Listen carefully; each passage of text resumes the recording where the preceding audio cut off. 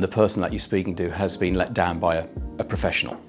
So there is that element of trust to build up to start with, as in, I've been let down before, how can I trust anybody to do anything better? So you've got to build that trust. There's also the piece about, just because something went wrong doesn't mean there's been professional negligence. And I think, again, we need to establish, you need to be very patient really with people in managing their expectations. So for example, on the face of it, if you lose a case at court, so there are some people that will say, well, my solicitor was negligent or my barrister was negligent.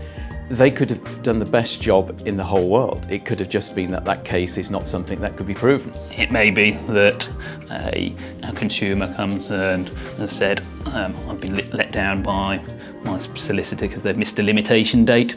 Now, that's very obviously a scenario where you can explore and say, well, there's a loss of chance there, because if they'd filed the claim properly and on time, you'd have been able to follow through that claim. There really is that managing the expectation piece to start with in what is essentially often a distress situation. You know, people can have lost huge amounts of monies or, you know, something that they thought they were going to have and it's all gone wrong. It can have a real impact on their lives.